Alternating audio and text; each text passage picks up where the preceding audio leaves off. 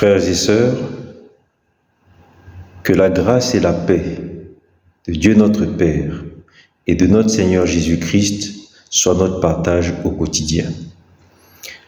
Nous abordons le dernier partage, le dernier enseignement au sujet des clés et des éléments qui doivent nous permettre d'être enseignés par la Bible chaque fois que nous y plongeons nos regards.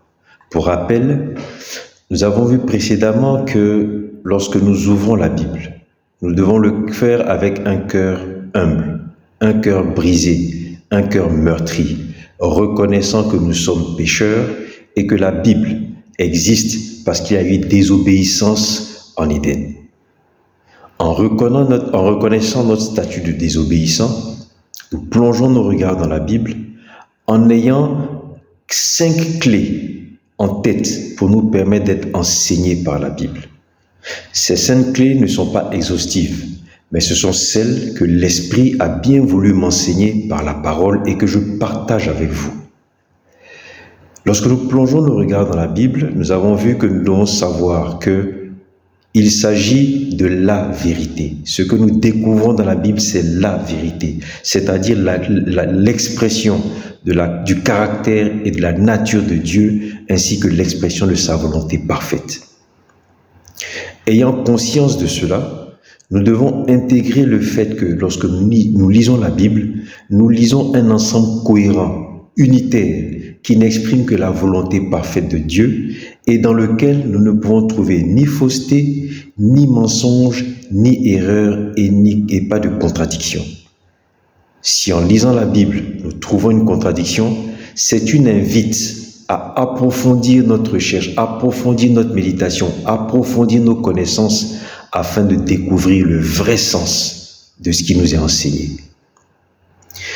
Ensuite, nous avons vu que, ayant compris que la Bible est un ensemble et l'expression de la volonté de Dieu, nous avons été enseignés sur le fait que cette volonté, bien qu'elle soit immuable, va s'exprimer de façon différente en fonction des contextes. Et nous avons vu qu'il y avait 4 contextes bibliques dans lesquels la volonté de Dieu s'exprime, mais de façon différente. Pour rappel, très rapidement, la première période, c'est en Éden. La deuxième période part de la désobéissance jusqu'au don de la loi. La troisième période part du don de la loi jusqu'à la venue de Jésus-Christ. Il s'agit de l'ancienne alliance. Et la dernière période part de l'arrivée de Jésus-Christ jusqu'à nos jours, la nouvelle alliance. Nous allons voir maintenant 2 autres points qui doivent nous permettre d'être véritablement enseignés par la Bible. À partir du moment où nous avons compris ce qu'est la parole de Dieu, nous devons savoir que la Bible elle-même nous enseigne comment mettre en pratique les vérités qui nous sont enseignées. Dans la Bible, nous avons la révélation de comment mettre en pratique les vérités qui nous ont enseignées. Il n'est pas besoin de se focaliser sur les enseignements de pasteurs, de prophètes, de toute une série de personnes sans que vous-même n'ayez cherché à comprendre dans la parole comment mettre la vérité en pratique. Nous allons prendre notre Bible dans le livre de Deutéronome, chapitre 4, les versets 1 à 6. Deutéronome, chapitre 4, les versets 1 à 6. Verset 1. Dieu parle à son peuple par l'intermédiaire de Moïse et il dit: « Et maintenant Israël, écoute les statuts et les ordonnances que je vous enseigne pour les pratiquer. » Dieu dit: « Écoute les statuts et les ordonnances que je vous enseigne pour les pratiquer. » Lorsque Dieu a donné la loi, nous savons qu'après cela, il a eu à donner des lois, des ordonnances, des commandements, des statuts, qui sont toute une série d'instructions pour indiquer au peuple comment mettre en pratique sa parole, qui est la vérité et l'expression de sa volonté. Et il le dit, écoute les statuts et les ordonnances que je vous enseigne pour les pratiquer. Ces statuts, ces ordonnances, c'est l'objet de tout le livre d'Exode, du Lévitique, de Nombre et de Deutéronome. Verset 2, vous n'ajouterez rien à la parole que je vous prescris et vous n'en diminuerez rien afin d'observer les commandements de l'Éternel, votre Dieu, que je vous prescris. Nous allons prendre dans le Nouveau Testament le livre de Matthieu, au chapitre 5, les versets 17 à 19. Matthieu, chapitre 5, versets 17 à 19. C'est Jésus qui parle. Il dit, « Ne croyez pas que je sois venu pour abolir la loi ou les prophètes. Je suis venu non pour abolir, mais pour accomplir. » Verset 18. « Car je vous le dis, en vérité, tant que le ciel et la terre ne passeront point, il ne disparaîtra pas de la loi un seul iota ou un seul trait de caractère jusqu'à ce que tout soit arrivé. » Verset 19. « Celui donc qui supprimera l'un de ses plus petits commandements et qui enseignera aux hommes à faire de même sera appelé le plus petit dans le royaume des cieux. Mais celui qui les observera et qui enseignera à les observer, celui-là sera appelé grand dans le royaume des cieux. » Or, nous savons que Jésus nous a demandé d'être ses imitateurs. Donc, frères, sœurs, dans la Bible sont contenus tous les éléments pour nous permettre de mettre en pratique la Bible. Qu'est-ce que nous dit Paul? Paul nous dit par exemple dans le livre de Romains, « Si par l'esprit vous faites mourir les actions du corps, vous vivrez. Mais si vous vivez selon la chair, vous mourrez. » Donc Paul nous donne le moyen de détruire la chair. Frères et sœurs, allons chercher dans la Bible les moyens de mettre en pratique la volonté parfaite de Dieu exprimée par sa parole. Nous allons voir maintenant le dernier point, la dernière clé qui va nous permettre d'être enseignés par la Bible. Lorsque vous plongez vos regards dans la Bible est l'expression de la vérité, c'est-à-dire l'expression du caractère et de la nature de Dieu, ainsi que l'expression de sa volonté parfaite. Et il faut savoir que la Bible, vous avez deux types de vérités, les vérités essentielles et les vérités accessoires. La volonté de Dieu fait partie des vérités essentielles. La volonté de Dieu concerne les vérités essentielles. Une vérité essentielle est énoncée dans l'Ancien Testament et aussi dans le Nouveau Testament. Une vérité essentielle est un principe, une loi fondamentale du royaume. Le royaume des cieux fonctionne selon la volonté de Dieu, frère. Le royaume des cieux est régi et guidé, administré selon la volonté de Dieu, chers sœurs.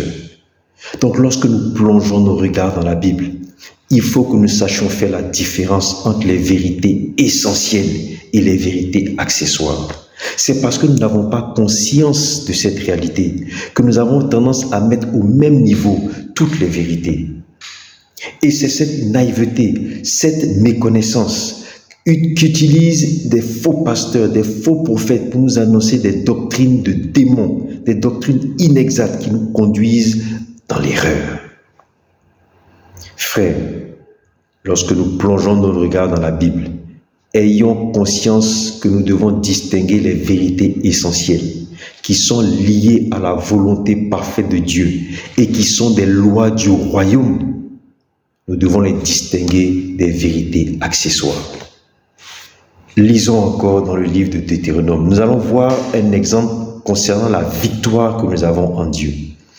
Deutéronome chapitre 20, versets 1 à 4. Verset 1, lorsque tu sortiras pour combattre contre tes ennemis, c'est Dieu qui parle à son peuple par l'intermédiaire de Moïse. Lorsque tu sortiras pour combattre contre tes ennemis, verset 2, quand vous vous disposerez au combat, verset 3, que votre cœur ne faiblisse point, soyez sans crainte, ne vous effrayez point et ne soyez point terrifiés devant vos ennemis, car Yahweh votre Dieu marche avec vous pour combattre pour vous contre vos ennemis et vous sauver. Seigneur, tu nous expliques que si nous sortons face à des ennemis, c'est toi qui marches avec nous pour nous combattre et qui donne la victoire sur nos ennemis pour nous sauver. Mais est-ce qu'il s'agit d'une vérité essentielle? Lisons Jean, chapitre 16, Versets 32-33, c'est Jésus-Christ, la parole, la vérité, le Shiloh, le roi des rois, le Seigneur des seigneurs qui nous dit, voici, l'heure vient, nous sommes à la veille de la crucifixion. Jésus s'adresse à ses disciples. Il dit, voici, l'heure vient et elle est déjà venue où vous serez dispersés chacun de son côté et où vous me laisserez seul. Mais je ne suis pas seul car le Père est avec moi. Verset 33, je vous ai dit ces choses afin que vous ayez la paix en moi. Vous aurez des tribulations dans le monde, mais prenez courage, j'ai vaincu le monde. Nous allons lire un autre passage. 1 Jean, chapitre 4, les versets 4. 1 Jean, chapitre 4, verset 4. Vous, petits enfants, vous êtes de Dieu et vous les avez vaincus parce que celui qui est en vous est plus grand que celui qui est dans le monde. Nous avons ici une vérité essentielle. La victoire que nous demande d'avoir Dieu. La victoire sur les peuples qui habitaient la terre promise dans l'Ancien Testament, dans l'Ancienne Alliance. La victoire sur le monde que nous demande d'avoir Dieu sous la Nouvelle Alliance. Nous les obtenons parce que Dieu lui-même combattait pour son peuple dans l'Ancien Testament et parce que Jésus-Christ lui-même a déjà vaincu le monde pour nous. Il dit, vous les avez vaincus parce que celui qui est en vous est plus grand que celui qui est dans le monde. Mais qui est en nous? Galates 2:20 dit, j'ai été crucifié avec Christ et si je vis, ce n'est plus moi qui vis, c'est Christ qui vit en moi. Vérité que nous révèle Paul dans son épître aux Galates. Chers frères, chères sœurs, la victoire que nous devons obtenir est une victoire que Dieu et Christ ont déjà obtenue pour nous. Il s'agit là d'une vérité essentielle. La victoire est une volonté de Dieu et elle s'exprime, elle est manifestée dans l'Ancien Testament et le Nouveau Testament. Une vérité qui est exprimée dans une des alliances et que vous ne retrouvez pas dans l'autre n'est pas une vérité essentielle. La vérité essentielle est celle qui nous conduit au salut. Selon que Christ a dit, cherchez premièrement le royaume des cieux et sa justice. Les vérités essentielles font partie des autres choses dont Christ a dit, et toutes ces choses que vous cherchez, le Père lui-même vous le donnera. Apprenons à discerner dans la parole les vérités essentielles des vérités accessoires.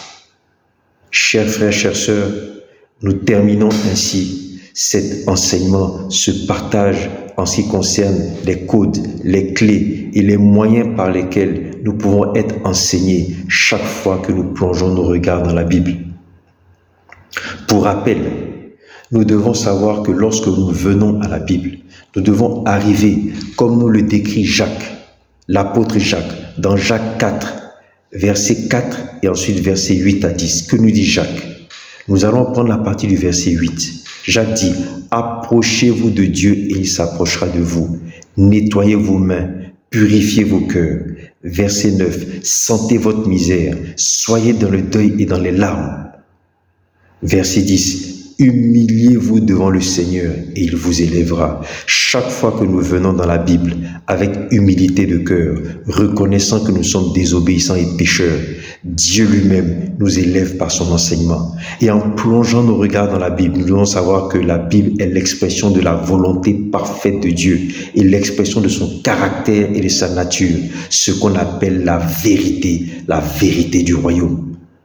Cela étant une vérité, il faut donc considérer que la Bible est une unité, un ensemble dans lequel il n'y a aucune contradiction. Chaque fois que deux versets vous paraissent en contradiction, c'est une invitation à approfondir votre connaissance afin de recevoir la révélation parfaite de ce que Dieu veut vous apprendre. Il faut savoir que cette volonté, cette manifestation de Dieu, elle est unique, elle est intangible, elle ne change pas, mais elle se manifeste et s'exprime de façon différente en fonction de la période dans laquelle nous sommes. Une fois que nous avons appris ces vérités, nous les avons comprises, nous devons aller chercher dans la Bible les moyens de les mettre en pratique et chercher dans ces vérités-là quelles sont les vérités essentielles qui nous conduisent au salut et les distinguer des vérités accessoires qui sont celles que Dieu nous donne selon son bon vouloir. Les vérités accessoires, Dieu nous les donne. Les vérités essentielles, nous devons les chercher afin d'obtenir le royaume des cieux. Que la paix et la grâce de Dieu notre Père et de notre Seigneur Jésus-Christ soient notre partage au quotidien, dans les siècles des siècles. Alléluia, alléluia, alléluia. Amen.